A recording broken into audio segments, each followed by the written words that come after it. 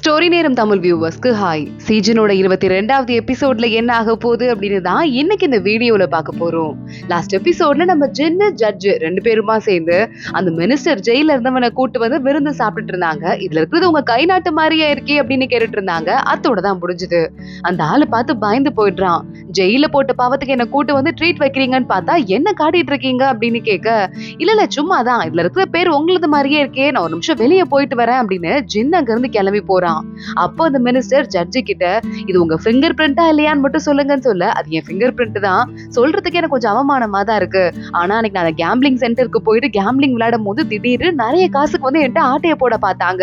அப்போ நான் அதெல்லாம் கொடுக்க முடியாதுன்னு சொன்னப்ப இதுல என்னோட கை நாட்டை வாங்கிட்டு விட்டுட்டாங்கன்னு சொல்ல, இந்த வார்த்தையை கேட்டதுமே ஜின் அங்க இருந்து எந்திரிச்சு வந்துடுறான். கையில ஒரு பெரிய வாளோட. ஏண்டா அங்க போர்ல அவன் அவ்வளவு பேர் இறந்து போயிட்டு இருக்கான், நீ கொஞ்சம் கூட வெக்கமே இல்லாம கேம்பிளிங் விளையாடிட்டு பத்திரத்துல கையெழுத்து போட்டு வந்திருக்கியா அப்படின்னு கேட்டு அடிக்கிறதுக்கு போக ஜட்ஜு போய் தடுத்து நிறுத்திக்கிட்டு இருக்கான். இங்க பாருங்க, இவர் ரொம்ப கோவக்கார ஆளு, இதுக்கு மேல போனா அவ்வளவுதான், சும்மா விட மாட்டாரு, உண்மை என்னெல்லாம் தெரியுமோ அதெல்லாம் சொல்லுங்கன்னு சொல்ல, நான் 1000 காசு தோத்து போயிட்டேங்க, அதுக்கப்புறம் என்னால முடியாது, நீங்க என்ன ஏமாத்திட்டீங்கன்னு சொன்னேன். ஆனா அவங்க கேட்கல, நேரா என்ன கூட்டு போயிட்டு என்கிட்ட இந்த மாதிரி கையெழுத்து வாங்கிட்டாங்க, நான் என்னங்க பண்றது அப்படின்னு சொல்லிட்டு பிளாஷ்பேக்க சொல்லிக்கிட்டு இருக்கான். டேய், நீ நைட்டிங்கேல் பிரிவாடா அப்படின்னு அங்க இருக்கிற நம்ம டூவை பார்த்து இந்த மினிஸ்டர் கேட்க, ஆமாண்டா நைட்டிங்கேல் பிரிவு தான், நீ எனக்கு ஒரே ஒரு ஹெல்ப் பண்ணணும், இப்ப வேட்டை நடக்க போகுது, அதுக்கு ராஜாக்கு ஒரு முக்கியமான பொறுப்பு உனக்கும் இருக்கு பாத்துக்கிறதுக்கு, நீ என்ன பொறுப்புல இருக்கியோ அப்ப நாங்க சொல்றதை மட்டும் செய்யணும், நான் நிறைய கேண்டில் கொடுப்பேன், அவங்க அங்க வச்சிருக்க கேண்டில் எல்லாம் எடுத்து டிஸ்போஸ் பண்ணிட்டு நான் கொடுக்குற கேண்டில கொண்டு போயிட்டு அங்க செட்டில் பண்ணணும், இதுதான் ஓ வேலை அப்படின்னு சொல்ல, வழியே இல்லாம அதுக்கும் ஓகேன்னு சொல்லியிருக்கான். கரெக்டா அப்பன்னு பார்த்து சிசி வரா. மினிஸ்டரை பார்த்து அவங்க கொடுத்த கேண்டில் எரியாத கேண்டிலான்னு கேட்க, ஆமாங்க அந்த மாதிரி தான் கொடுத்தாங்க, எதுக்கு எல்லா கேண்டிலையும் எடுத்துட்டு எரியாத கேண்டில், பத்தவே வைக்க முடியாத கேண்டில் கொடுத்தாங்கன்னு எனக்கு தெரியாது, ஆனா இதால யாருக்கும் எந்த பெருசா ஆபத்தும் வராதுங்கிறதால நான் அதை கோத்துக்கிட்டேன் அப்படின்னு சொல்ல, ஜட்ஜு முறைச்சு பாக்குறான். உனக்கு அவ்வளவு ஈஸியா இருக்கா, நீங்க எங்கேயும் வெளியே போக முடியாது, எனக்கு இன்னும் நிறைய விஷயம் தேவைப்படுது, எல்லாத்தையும் சொல்லுன்னு சொல்ல, ஜின்னும் பக்கத்துல கையில வாழ வச்சுட்டு மிரட்டிக்கிட்டே இருக்கான். இந்த மினிஸ்டர் மறுபடியும் யோசிச்சு பார்த்துட்டு, சரி ஓகே இங்க பாருங்க, எனக்கு இன்னொரு விஷயம் தெரியும், ஆலியா அப்படின்னு சொல்லிட்டு அங்க ஒரு வேலைக்கார பொண்ணு இருப்பா, அந்த வேலைக்கார பொண்ணோட அண்ணனும் சரி என்கிட்ட தான் டிபார்ட்மெண்ட்ல வேலை பார்த்தான், அவனும் அந்த கேம்பிளிங்ல மாட்டினான், சோ அந்த பொண்ணையும் அவங்க புடிச்சு வச்சிருக்காங்கிறதுக்கு என்கிட்ட கம்ப்ளீட்டா ஆதாரம் இல்லைன்னா கூட எனக்கு நல்லாவே தெரியும், அவ ஏதோ ராஜாவோட சாப்பாட்டுல மயக்க மருந்து கலக்க போறான்னு கேள்விப்பட்டேன்னு சொல்ல, நீ வா அந்த பொண்ணு எப்படி இருப்பான்னு வரைஞ்சு காட்டு அப்படின்னு ஜின்னு கழுத்துல வாழ வச்சு அங்க இருந்து கூட்டு போயிட்டு இருக்கான். இதை இப்படியே விடக்கூடாது அப்படின்னு ஜட்ஜ் சொல்லிக்கிட்டு இருக்கான். ஜின்னங்க வந்துட்டு ஒன்னும் பிரச்சனை கிடையாது, நம்ம 2 பேரும் தான் அங்க பாக்க போறோம்ல, அந்த வேலைக்கார பொண்ணை போய் கையும் களவுமா புடிச்சிடலான்னு சொல்ல, உடனே ஜட்ஜு பார்த்துட்டு அப்படியே பண்ணலாம் அப்படின்னு சொல்லிட்டு ரொம்ப ஆபத்து இருக்கும் போலன்னு யோசிச்சுட்டு இருக்கான். இன்னொரு பக்கம் நம்ம சியாவு பொண்ணு இருக்காளே, அவளுக்கு உடம்பு முடியாம ஏதாவது ஆகணும், அப்பதான் அந்த பொண்ணு பாக்குற விஷயத்தை தடுத்து நிறுத்த முடியும்னு வேலைக்கார பொண்ணு கிட்ட காசு கொடுத்து நிறைய ஐஸ் கட்டிய வாங்கி பாத் ஃபுல்லா கொட்டி வச்சிடுறா. அடுத்ததுல இறங்கி குளிக்கவும் ஆரம்பிச்சிடுறா. ரொம்ப ரொம்ப காய்ச்சல் வந்துருது அவளுக்கு.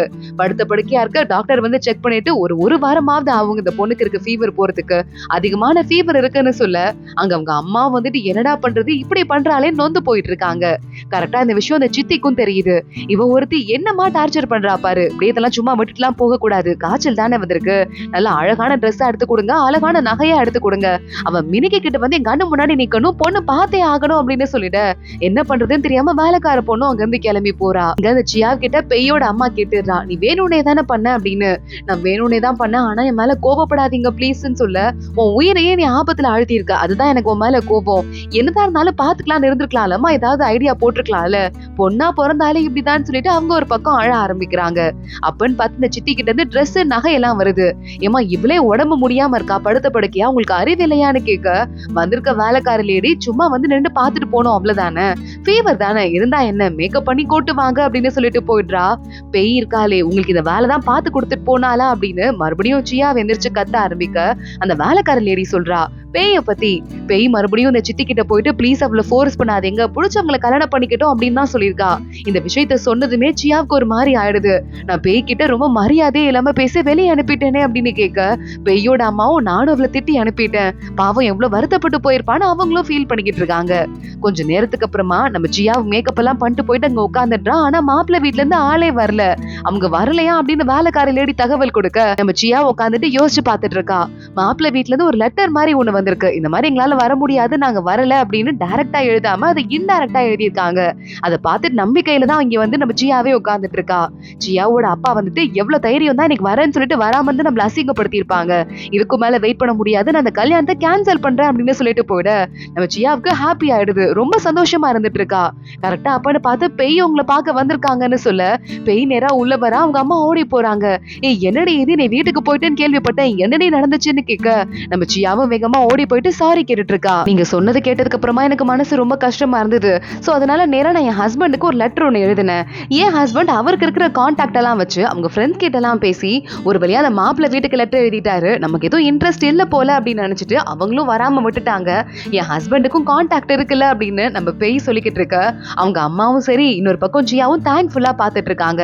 சரி ஓகே, நான் வீட்டுக்கு கிளம்புறேன், என் ஹஸ்பண்டை பாக்கிறதுக்கு நான் உடனே கிளம்பி போய் ஆகணும். அதுவும் இல்லாம இந்த சீக்ரெட் லெட்டர் இருக்குல்ல, அதுல இன்டைரக்டா இருக்குங்கிறதால அந்த லெட்டர் வெளியே கிடைக்காம இருக்கிறது எனக்கு நம்ம எல்லாருக்கும் நல்லது, புரியுதா அப்படின்னு சொல்லிட்டு பேய் அங்க இருந்து கிளம்பிடுறா. இன்னொரு பக்கம் நம்ம சிசி தனியா நின்னுட்டு இருக்கா. அந்த லாங்குவேஜ் இருக்குல்ல, இந்த நானுவோட லாங்குவேஜ், அதை பார்த்துட்டு இருக்கும்போது அவளுக்கு ஞாபகம் வருது. போன ஜென்மத்துல நம்ம ஜின்னு இருக்கானே அந்த லாங்குவேஜ் எல்லாம் படிக்க ஆரம்பிச்சிருக்கான்.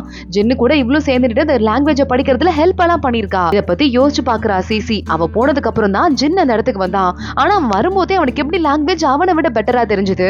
நம்மளை விட அவன் அவ்வளவு கெட்டிக்காரனா இல்ல வேற ஏதாவது ரகசியம் இருக்கா அப்படின்னு சொல்லிட்டு யோசிச்சு பாத்துட்டு இருக்கா. அடுத்த நாள் காலை ஆகுது. சிசி நேரா ஜின்ன பாக்க வந்துட்டு இருக்கா. ஜின் இன்னைக்கு அந்த வேட்டைக்கு, ராஜாவோட வேட்டைக்கு கிளம்ப போறான். நான் என் அண்ணனுக்கு எப்ப போனாலும் சீக்கிரமா திரும்பி வரதுக்கு இந்த பவுச் செஞ்சு கொடுத்தேன், அதை உனக்கும் செஞ்சு கொண்டு வந்திருக்கேன்னு சொல்ல ஜின் பாசமா பாத்துட்டு இருக்கான். நான் கட்டி விடுறேன் அப்படின்னு நம்ம சிசி அவனே ஜின்னுக்கு கட்டி விட ஆரம்பிக்கிறா. பக்கத்துல அவனோட டோக்கன் ஒண்ணு இருக்கு, அடையாள டோக்கன், அதை அப்படியே எடுத்துடுறா நம்ம சிசி. ஜின் அவளை பாத்துட்டே இருந்துட்டு நான் கிளம்பவா அப்படின்னு கேட்க போயிட்டு வா அப்படின்னு சிசி சொல்றா. ஜின்னும் அங்க இருந்து கிளம்பி போயிடுறான்.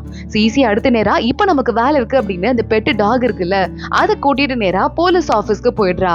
இங்க இன்னொரு பக்கம் ஹண்டிங் போன எல்லா ஆளுங்களையும் கூப்பிட்டு இந்த போலீஸ் ஆபீசர்ஸ் எல்லாம் இருப்பாங்கல்ல, நம்ம சிசியோட அண்ணா கூட இருக்கான். அந்த டீம் ஒட்டு மொத்தமா சேர்ந்துக்கிட்டு எல்லாரும் ரெடியா இருங்க, எனக்கு முக்கியமான வேலை. நம்ம கண்ணு எப்பவுமே ராஜாவை விட்டு போகவே கூடாது, ஆனா அதே நேரம் வேற யாராவது எதிரிங்க வராங்களான்னு பாத்துட்டே இருக்கணும் அப்படின்னு பேசிக்கிட்டு இருக்க நம்ம ஜின்னு அப்புறம் ஜட்ஜ் ரெண்டு பேரும் கூட உள்ள போறாங்க. நேரா கிளம்பி அவங்க உள்ள போயிட்டு இருக்காங்க. இதே நேரத்துல நம்ம சிசி ஜெயிலுக்கு போயிடுறா. எந்த இடத்துல அந்த தேல் வச்சிட்டு இருப்பானே சங்ஷி, அவனை வந்துட்டு காப்பாத்துறதுக்காக தான் நேரா உள்ள போயிட்டு இருக்கா. அந்த ஜெயிலுக்குள்ள போனதுமே இந்த ஜின்னு இருக்காருல, அவர் தான் என்ன இடத்துக்கு அமிச்சாரு. அவரோட டோக்கன் பாருங்க என்கிட்ட இருக்கு, என்ன போய் விசாரிக்கிறதுக்காக சங்ஷி கிட்ட விசாரிக்கிறதுக்காக அமிச்சிருக்காருன்னு சொல்லி டோக்கனை காட்ட அவங்க ரெண்டு பேரால நோவே சொல்ல முடியல ஜெயில இருக்கிறவங்களால. நீ வெளியவே இரு அப்படின்னு சொல்லிட்டு நாயையும் விட்டுட்டு வேலைக்கார பொண்ணையும் விட்டுட்டு அங்க இருந்து நம்ம சிசி கிளம்பி நேரா உள்ள போறா. அங்க உள்ள போனதுமே அந்த சங்ஷியை பாக்குறான். சங்ஷியை பார்த்ததுமே சிசிக்கு பழைய ஞாபகம் வர ஆரம்பிச்சிருது. போன ஜென்மத்துல நம்ம சிசி ரொம்ப உடம்பு முடியாம ஊரை விட்டு ரொம்பவே தூரம் வந்ததால மிஸ் பண்ணிட்டு சோகமா இருந்துட்டு இருக்க சங்ஷி அங்க வந்திருக்கான். எங்க பாரு ஜூனியர், உனக்காக நான் என்ன கொண்டு வந்திருக்கேன்னு பாருன்னு சொல்ல இதெல்லாம் எங்க ஊரு சாப்பாடாச்சே அப்படின்னு சொல்லிட்டு சிசி கேட்டிருக்கா. ஆமா, நீ ரொம்ப சோகமா இருந்துட்டு இருக்க, சொந்த ஊர் சாப்பாடை மிஸ் பண்ணா யாருக்குதான் சோகம் வராது, அதனாலதான் உனக்கு பெஸ்டா இதை பண்ணி எடுத்துட்டு வந்துட்டு இருக்கேன். இதுக்கு மேல நீ உங்க வீட்டை மிஸ் பண்ணாம ஜாலியா என் கூட சேர்ந்து சாப்பிடுறியா அப்படின்னு கேட்க சரி சீனியர் சாப்பிடுறேன் அப்படின்னு நம்ம சிசியும் ஹாப்பி ஆயிருக்கா. இப்படி ஒவ்வொருத்தவங்களும் ஞாபகத்துல நல்லவங்களாவே இருக்காங்க. அதுக்காக தான் காப்பாத்துறதுக்காக இவ்வளவு தூரம் வந்திருக்கா. இங்க அந்த ஒரு பொண்ணு ஆலியா அப்படின்னு சொல்லிட்டு வேலைக்கார பொண்ணு ராஜாக்கு விஷம் கலக்க போறா அப்படின்னு சொன்னாங்கல்ல, அந்த பொண்ணை தேடிக்கிட்டு நேரா ஜின்னு உள்ள போறான். அந்த பொண்ணை கண்டுபிடிச்சிடுறான் ஓவியத்தை ஏற்கனவே வரைஞ்சதை வச்சு.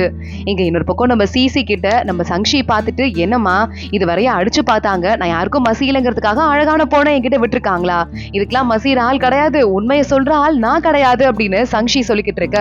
உண்மையை சொல்ல போறியா இல்லையா, உனக்குலாம் வெக்கமா இல்லையா, உங்க கூட வேற யாரெல்லாண்டா இருக்காங்க அப்படின்னு சிசி கேட்டுட்டே பக்கத்துல போய் பலார்னு அரைஞ்சிடுறா. அந்த ரெண்டு போலீஸும் வெளியே நின்று பார்த்துட்டே இருக்காங்க.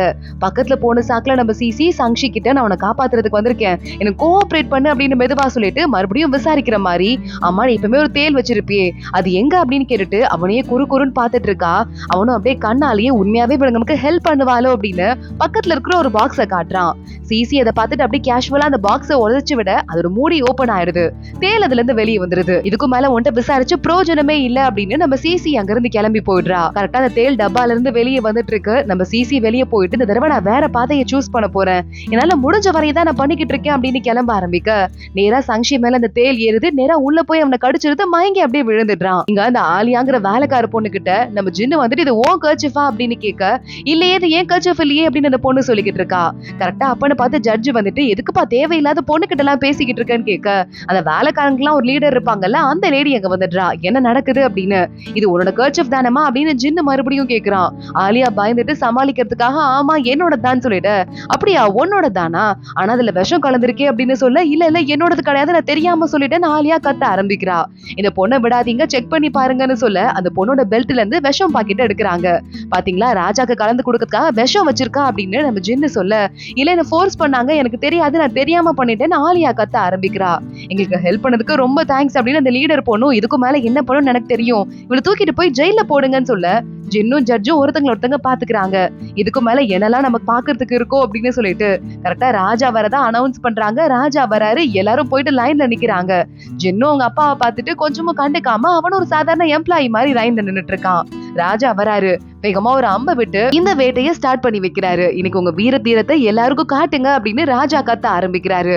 நம்ம சிசி வீட்டுல போய் உட்காந்துட்டு இருக்கா. நம்ம ஜின்னோட டோக்கனை கையில வச்சுட்டே என்ன நடக்க போதோ தெரியல அப்படின்னு பாத்துட்டு இருக்கும் போதே ராஜா இங்க அப்படி பேசிக்கிட்டு இருக்காரு.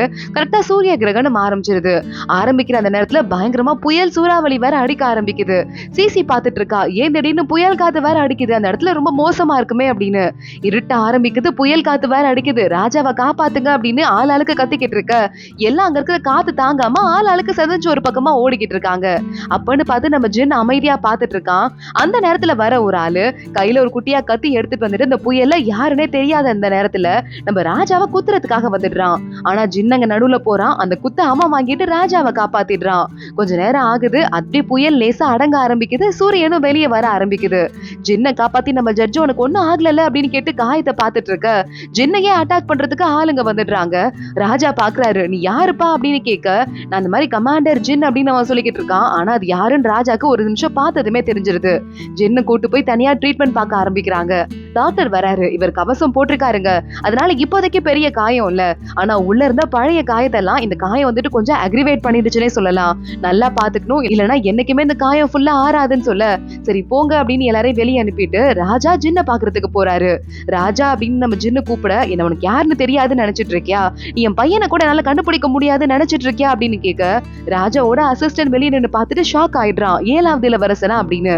ஒரு வருஷமும் நீ எப்படி இருக்கன்னு பாக்குறதுக்கு உன் பின்னாடியே ஆரம்பிச்சு உன்னை வரைய சொல்லிட்டு இருந்தேன், உன்னை பார்த்ததுமே கண்டுபிடிச்சிட்டேன், இன்னமும் என் பக்கத்துல வர மாட்டியான்னு கேட்க ஜின்னு தள்ளி போயிட்டு இருக்கான். ராஜா மறுபடியும் வராரு, மீட்டிங் கூட்டுறாரு. தெரியாம நடந்துருச்சு ராஜா அப்படின்னு சொல்லிட்டு எல்லாரும் மன்னிப்பு கேட்க ஆரம்பிக்க ஜின் அங்க நடுவுல வரான். நான் காப்பாத்துறதுக்கு ட்ரை பண்ணும் போது என் கையில ஒரு பொழிய தடவி அந்த குத்த வந்தவன் மேல நெஞ்சிலேயே வச்சுட்டேன், இப்ப எல்லாரையும் மேல தண்ணிய ஊத்திக்க சொல்லுங்கன்னு சொல்ல ஆளுக்கு அங்க இருக்கிற எல்லாரும் தண்ணிய மேல ஊத்திக்கிறாங்க. கரெக்டா அப்போ ஒருத்த மேல மட்டும் கையச்சு அப்படியே தெரியுது. யார் ராணி அப்படின்னு கேட்டுட்டு இருக்க அவன் வேகமா அட்டாக் பண்ற மாதிரி பக்கத்துல வந்துட்டு இருக்கான். ஆனா அங்க பக்கத்துல நிக்கிற நம்ம சிசியோட அண்ணா அவனை அப்படியே அட்டாக் பண்ணி நகர விடாம தடுத்து நிறுத்திட அதோட தான் இந்த எபிசோட் முடியுது.